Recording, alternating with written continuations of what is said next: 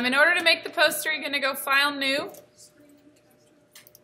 Go to Print, Tablet. When you do that, it goes to Custom. That's fine, but Print just lets you see tabloid, inches. Click OK. Then I want you to view, show your grid. We kind of designed to a grid. We need to make sure that everything's lining up. This is going to be how we can make sure that that's happening. I'm going to enlarge this a little bit to kind of give you an idea. So let's just say, you don't need to draw these rectangles, but let's just say you got a rectangle here, a rectangle there. You had work hard, and then an image there. I'm going to put this on a different layer. View, window, layers. So that I'm going to work on this layer 2, so if I want to make that go away, I can make that go away easily. But I'm going to make sure I have layer 2 selected. So if you want to make these little boxes to help you with your layout first, you know, kind of make sure that these are spaced the same. Those little green intersect lines will come up to know that they're, now it's, you know, on the same spot. So first I'm going to click the type tool. I'm going to type work. I'm going to go find the font that I downloaded, thinking that I thought this would work well for this. And I'm going to enlarge it. Now holding shift, it doesn't work for me to have the whole font. Now a couple of things. If I love this font, I keep it and I slightly modify my grid, or I find a different font that maybe is a little bit taller. I'd have to kern that one a little bit. This would probably work, you know, better than the other one. Bring it in a tiny bit. Now I just have to bring this one down a little bit, which is fine. I want to make sure that so this actually went off my layer.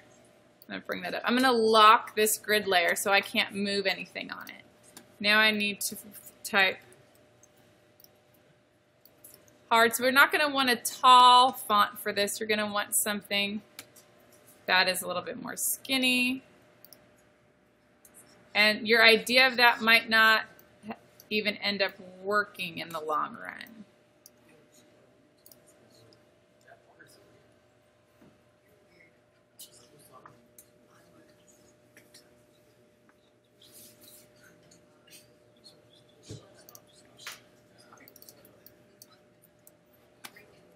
So that's really long. That's not going to work.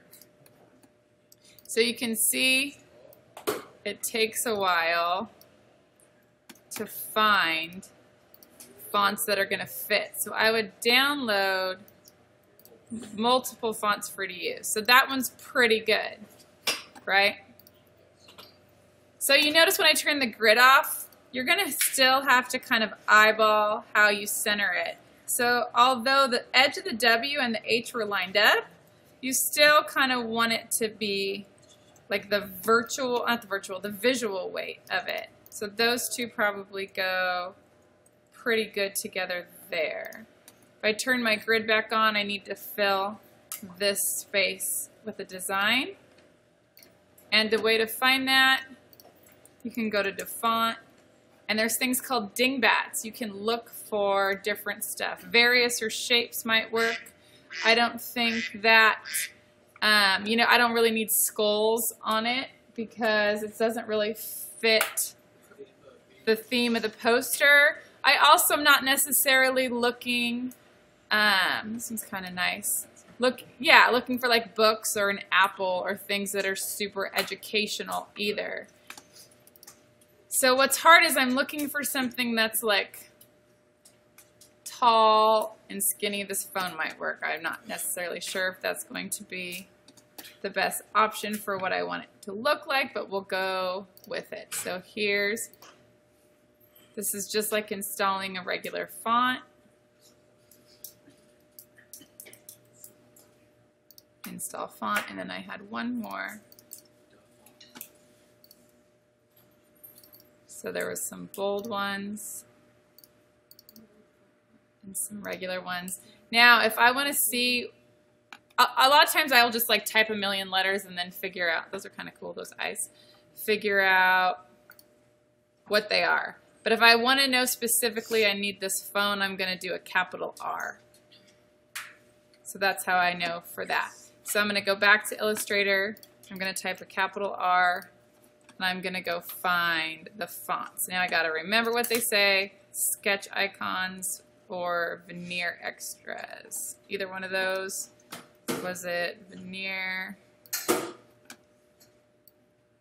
No. That was the cloud. So it was the sketch, which makes sense because they were sketched. Let's see what, okay, see what bold looks like. And that's kind of big. So I don't think it'll work. The way to make it work then is to recenter this stuff, but then it's also going to enlarge kind of the rest of your words on the poster, which is fine. You're not going to get the exact same design that you did. That's why it's called a thumbnail sketch. It's a brainstorming sketch, and then you would go from there. Then you would have your next grouping. So this grouping pretty much is making a rectangle. Something to think about when you have the dingbats, because sometimes they have really large bounding boxes, and you're going to type words here, and you're trying to select it, and it's very hard. You can select it and it's considered type, so you still would go to type and then create outlines, and then it turns it into a picture. And then you have, again, you'd have like more space to kind of work with this. You would, if you are satisfied with the grouping of these, I would select them all, object, group. Now this is kind of one thing. Hold shift. With this, you can align to the selection, align those two things. It still looks a little bit off, so I would have to eyeball that. And then I'd group all of it. Object, oops, select it, object, group. And then I can take this and I can align it to the artboard, and I can make sure that the whole group is centered to the artboard. And that way I know it's going to go straight down. Then you have options to move this up and down once you have your other grouping. It's just got to go that far. Say you have another grouping that ended up being even a little bit farther, a little bit smaller, then you can hold shift and scale the whole thing and kind of work that way. And then you just have to make sure that you have even space on the top and the bottom and even space on the right and the left. If this space here and here isn't the same, that's fine. Just the top and the bottom need to have the same amount of space, and the right and the left need to have the same amount of space.